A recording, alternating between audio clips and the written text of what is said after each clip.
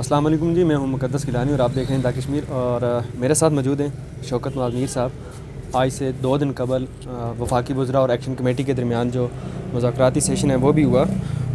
और इस टाइम शौकत साहब मेरे साथ मौजूद हैं। शौकत साहब, सबसे पहले तो आपका बहुत शुक्रिया। सर बताइएगा, कितने मुतालबात पे जो अभी तक आपकी जो डेडलॉक है वो बरकरार है, ये चीज़ें चल रही हैं, और कितनी चीज़ें जो हल हो गई हैं जिन पे अमल दरामद हो चुका है? सर देखिए ना, ये तो एक बहुत बड़ी तफसील है हमारे चार्टर ऑफ डिमांड की। 38 नुकाती चार्टर ऑफ डिमांड है, जिसकी सपोर्ट के अंदर 8 सफ़ात जो तफसीलवार चार्टर ऑफ डिमांड है वो साथ मुंसलिक है। अब मैं मिसाल के तौर पे आप कहते होंगे जी क्यों इस तरह बड़ा, मिसाल के तौर पे हमने जी फ्री सेहत की बात की थी, तो फ्री सेहत के अंदर हेल्थ कार्ड भी मौजूद था, उसके अंदर हमारी MRI CT स्कैन मौजूद थी। अब फ्री सेहत पे जब आएंगे तो ये जो अस्पतालों के अंदर हमसे पर्चियाँ और ये दवाइयाँ जो नहीं मिलती, ये तमाम चीज़ें उनके अंदर से शामिल हैं। तो वो तफसीलन वो सारी बात करना बड़ा मुश्किल है, लेकिन ये कहूँगा कि 38 नुकात के अंदर से मैक्सिमम चीज़ें जो अर्जेंट मैटर थे हमारे, अभी हमारे कुछ लोगों को परेशानी है कि जनाब ये इतना ही चार्टर ऑफ डिमांड है, इतना चार्टर ऑफ डिमांड नहीं है। अब मिसाल के तौर पर नाबीना अफराद जो हमारे ये स्पेशल पर्सन थे, वो भी हमारा जो है वो चार्टर ऑफ डिमांड का हिस्सा है कि उनका कोटा 5% किया जाए। तो हमने परसों जो मीटिंग थी उसके अंदर बिल्कुल अल्हम्दुलिल्लाह हमने पूरे जो हाउस वहाँ बैठा हुआ था उसकी मंजूरी से जो कोटा जो है वो 1% है, 5% का हमने वहाँ उनसे ऐलान करवाया, जिसको प्रॉपरली जो है वो कैबिनेट से अब मंजूरी लेनी है। तो अब वो भी तो चार्टर ऑफ डिमांड का हिस्सा था। इसी तरह जो बाकी चीज़ें हमारी चार्टर ऑफ डिमांड की हैं, जो कैबिनेट ने PID की एक प्रेस कॉन्फ्रेंस हुई, उसके बाद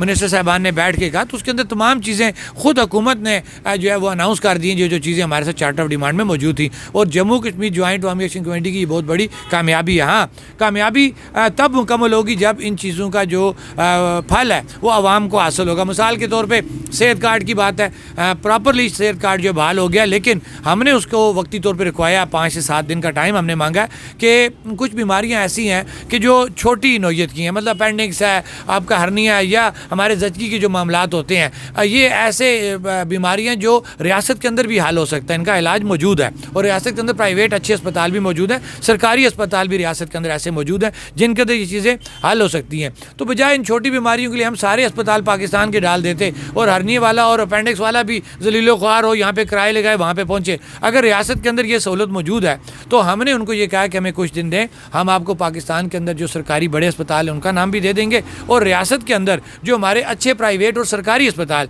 DHUs जो आप लेवल के आपके अस्पताल मौजूद हैं, जहाँ पे हमारे अच्छे माहिर डॉक्टर मौजूद हैं, हम उनको भी लिस्टें देना चाहते हैं ताकि सेहत कार्ड मुकम्मल तौर पे लोगों के फ़ायदे में इस्तेमाल हो। ये मैंने आपको एक ऐसी चीज़ बताई है। इसी तरह हमारा जो प्रॉपर्टी टैक्स का इशू था उसके ऊपर भी हमारी उनसे बातचीत हो गई है। ये तय हो गया कि उसको रिड्यूस करते हुए पंजाब और KPK के दरमियान लेके आया जाएगा। हमने उनको कहा कि हम आपको पूरे फैक्ट्स एंड फिगर देंगे, आपको मसाइलें देंगे जो पंजाब में और KPK में किया, आप अपनी भी तसल्ली कर लें ताकि 2-3 दिनों में उनके मसाइल भी हल हो जाएँ। इसी तरह USF फंड के ऊपर जो CO की तैनाती का मसला था, जिससे हमारी मोबाइल सर्विसिंग के अंदर बेहतरी आनी, क्योंकि 8 से 8.5 अरब रुपया रियासत के पास मौजूद है। अब उसको इस्तेमाल करते हुए हमने मोबाइल सर्विस के अंदर बेहतरी लानी है, जो एक हकीकी बेहतरी होगी, हकीकी आपको एक तब्दीली नज़र आएगी। पैसा मौजूद है, उसका तरीक़ाकार तकसीम करने का तरीक़ाकार जो फाइनल करना है, वो प्राइम मिनिस्टर ने 2 दिन का टाइम मांगा हुआ था। 2 से 3 दिन में CO की तैनाती होगी और वो प्रॉपर फंड के लिए एक मैकेनिज़्म बनाते हुए उस पैसे को इस्तेमाल किया जाएगा।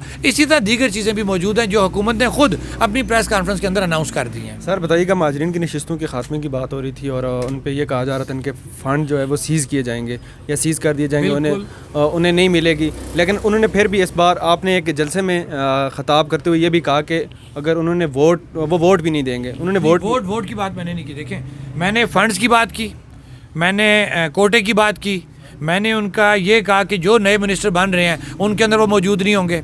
ये तमाम चीज़ें हमारी स्टैंड कर रही हैं। अलबत्ता फ़ंड्स का एक लेटर अगर आपको याद हो, अनवारुल हक साहब के वक्त रिलीज़ हुआ था, मैंने उस पर उसी वक्त रिएक्शन दिया और 24 घंटों के अंदर वो विड्रा करना पड़ा हुकूमत को।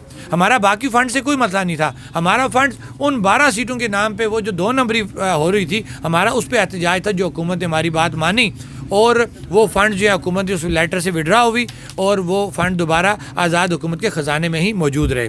अब जो बात आप कर रहे हैं 12 सीटों के हवाले से, बिल्कुल क्लियर कट हमारी बात है। परसों जो मीटिंग हुई है उसके अंदर बिल्कुल अमीर मुकाम से क्लियर ये कट बात की है कि हमने आपको अपनी कमेटी दे दी थी। जो ये इनका ये मौक़िफ़ है कि जनाब मसला कश्मीर के साथ इनका तल्लक है, हमारा ये मौक़िफ़ है कि इन 12 सीटों का मसला कश्मीर के साथ कोई तल्लक नहीं है।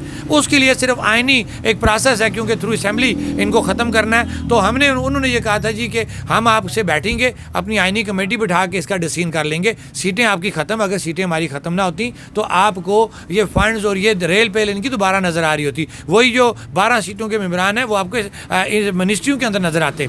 लिहाजा मैं फिर ये कहूँगा कि हमारे साथ जिन लोगों ने जिम्मेदारी का मुजाहरा किया और एग्रीमेंट किया वो भी पासदारी करेंगे, और हम भी उनसे ये उम्मीद करेंगे वो किसी भी बात से जो है वो मुनरफ ना हो। चंद दिनों के अंदर वो कह दिया उन्होंने, 2 से 3 दिनों के अंदर लॉ मिनिस्ट्री से हम अपना डिस्कशन करते हुए हम अपनी भी जो है कमेटी जो इस पर अनाउंस कर देंगे, जो इस पर बैठ के फाइनल डिसीजन कर। सर आपके चार्टर ऑफ डिमांड में बलदियाती नुमाइंदों का भी जिक्र किया गया था कि उनको जो फंड्स हैं वो लोकल सतह पर मुंतकिल किए जाएँ, तो उस पर भी बात हुई। बिल्कुल, बहुत अच्छा सवाल है आपका। ये भी अवाम क्लियर हो जाए कि हमारे चार्टर ऑफ डिमांड में चीज़ मौजूद है।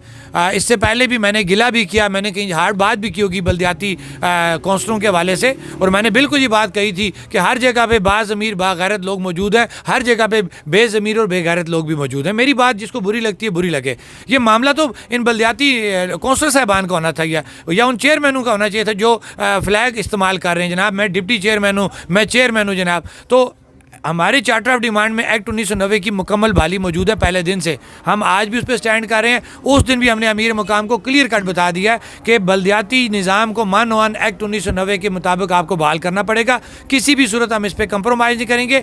MLA का मतलब होता है मेंबर ऑफ लेजिस्लेटिव असेंबली। इनका काम है कानून साजी करना, इनका काम फ़ंड तकसीम करना नहीं है, जो हम किसी भी सूरत इनको इन फंड्स के ऊपर हाथ नहीं मारने देंगे। सर आपका एक रात को आपने एक जलसे से खिताब किया, उसमें कहा जी अगर हमारे चार्टर ऑफ डिमांड पे अमल नहीं किया गया जाता तो हम आज़ाद कश्मीर में इलेक्शन नहीं होने देंगे।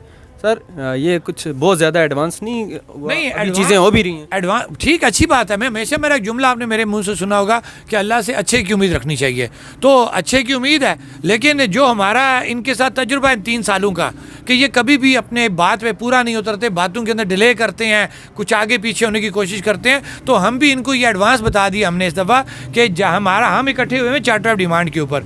रियासत के लोगों का, हमारे ओवरसीज़ भाइयों का जो एतमाद हमें मिला हुआ है वो चार्टर ऑफ डिमांड के ऊपर मिला हुआ, इसके अलावा किसी और एक्टिविटी के लिए नहीं मिला हुआ।